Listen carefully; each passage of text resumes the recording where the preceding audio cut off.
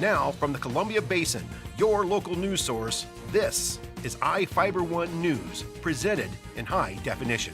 The #1 source for real-time local news, local sports headlines, and our very own Weather Center forecast covering the entire Columbia Basin. With your iFIBER 1 News team, reporting news in real time as it's happening. From the iFIBER Communications HD broadcast studio in Ephrata, Washington, this is iFIBER 1 News, and it starts now.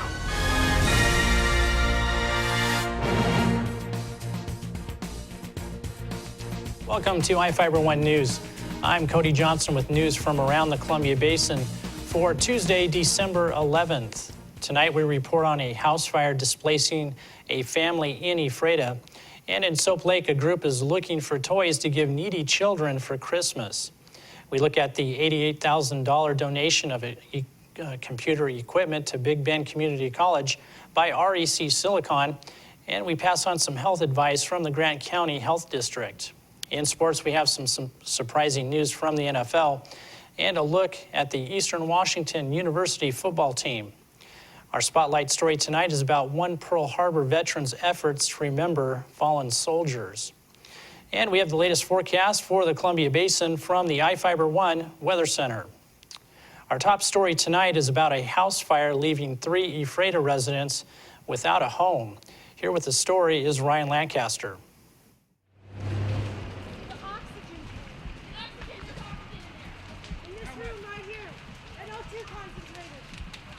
Three adults safely evacuated a single-family home that caught fire in Ephrata Monday afternoon at about 3:15.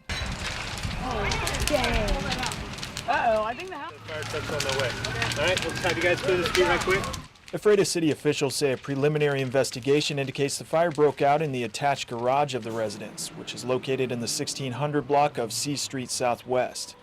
Crews with the Ephrata Fire Department arrived on scene to find heavy and rapidly growing flames engulfing the rear of the home and the garage.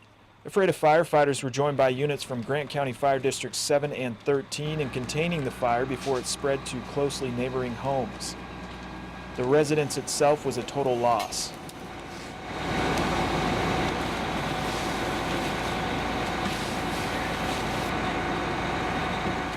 A total of 23 firefighters were involved in battling the fire, and the last units cleared the scene at about 7:30 Monday night.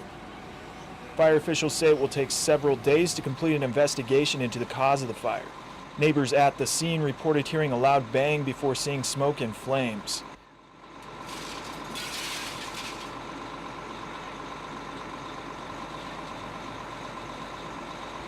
Residents were heard yelling, "There's oxygen in there," as emergency crews started to arrive, but officials said at this stage in the investigation, nothing points to either a cause or an acceleration of the fire due to oxygen.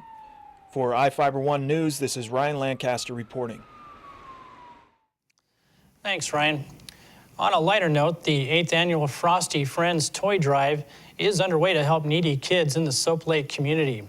People can drop off new unwrapped toys at McKay Healthcare, the Soap Lake Food Bank, or contact Kitty Thomas for a pickup at 509-398-5222, or you can email her at ktomasdtr@yahoo.com. Monetary donations are also welcome. Checks can be sent to the Soap Lake Food Bank at P.O. Box 925, Soap Lake, 98851.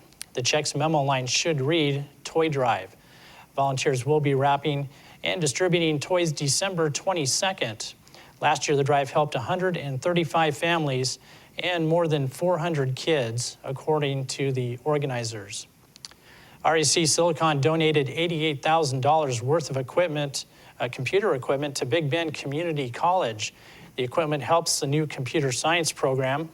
REC Silicon donated servers, data storage controllers, port switches, server cabinets, and Cisco networking gear, and will help a network and server administration class. REC Silicon Systems Administrator Jeremy Davis is a member of the Computer Science Program Advisory Committee, and he suggests the donations to help start the program's server lab. REC Silicon Infrastructure Manager Dan Shivers made it happen. REC Silicon has been a big supporter of Big Bend in the past. The company donated $125,000 to help the college build the ATEC building and provides regular donations to support the REC Scholarship Fund through the Big Bend Community College Foundation. Speaking of the Big Bend Community College Foundation, they recently held Star Night, which is a time for scholarship donors and recipients to get to know each other. The donors get to see what their gifts can do. The event is a celebration of student achievement and donor generosity. And the Star Night dinner is held every fall when students are attending classes. The BBCC Foundation awarded 140 scholarships valued at about $142,000 for the 2012-13 school year.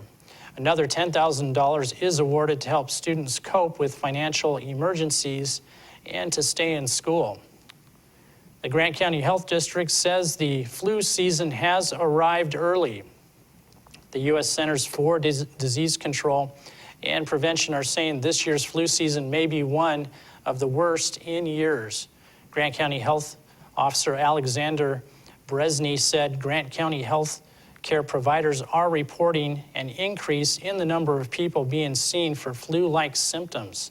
The health district officials urge everyone older than 6 months of age to get a flu shot, saying there is no shortage of flu vaccine, and it is widely available through clinics, pharmacies, and at the Moses Lake District Health Office.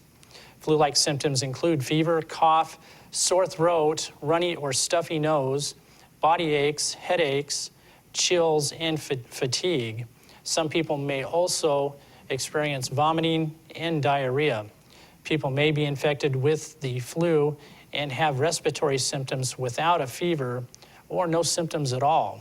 Anyone exhibiting flu-like sickness is advised to stay home for at least 24 hours after the fever dissipates without the use of a fever-reducing medicine, unless, of course, medical care is needed.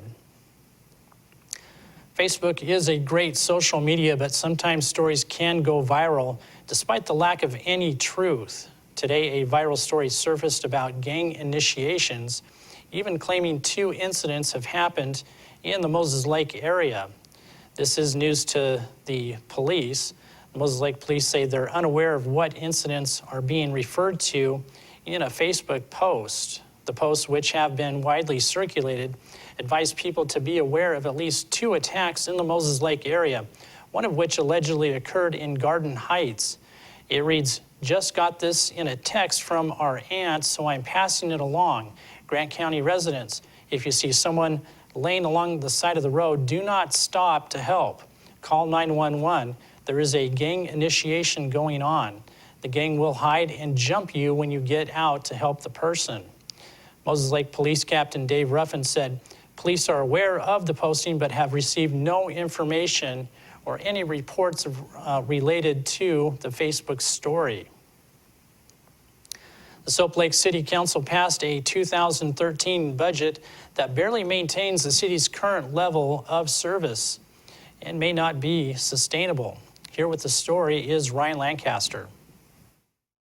The Soap Lake City Council last week passed a 2013 budget that barely maintains the city's current level of services and is not sustainable in the long term. Mayor Raymond Gravel broke the bad news in a prepared message read aloud last Wednesday. In it, he shared that despite a continual stripping away of excess costs, the city's expenditures are still projected to exceed revenues. By way of example, he pointed to the water fund, which is losing about $150,000 a year, making it insolvent in 3 years at current rates. Residents can therefore expect to see a 15% annual increase in water rates starting in 2013, which Gravel says allows the fund to break even after 4 years. The new rate structure would ultimately make the average monthly bill about $35 before taxes, which Gravel says is still less than what Royal City pays. Residents can also expect anywhere from 6 to 16% hikes in sewer and garbage rates, Gravel said. Citywide, projected revenue is up by about $150,000 over last year, but it's still well below 2011 and 2010 levels. Even so, Gravel stayed positive, saying the city is well positioned to attract new businesses and more people. With 18 events planned for the coming year, many of them new. There are some big infrastructure improvements on the horizon too. This year, the city secured a $1.6 million loan for wastewater treatment plant improvements, along with a $1.5 million grant to renovate Main Avenue. Gravel said the city may look at increasing their tax base in 2013 by annexation of neighboring areas, although he gave no specifics. In other city business, Mike Stump was sworn in as the city's newest reserve police officer. An Ephrata native, Stump is currently a captain with Grant County Fire District 13. The city is able to pay for Stump through the proceeds of a citywide yard sale fundraiser held in the spring. For iFIBER News, this is Ryan Lancaster reporting. Thanks, Ryan. The State Department of Corrections is looking for more people with arrest warrants.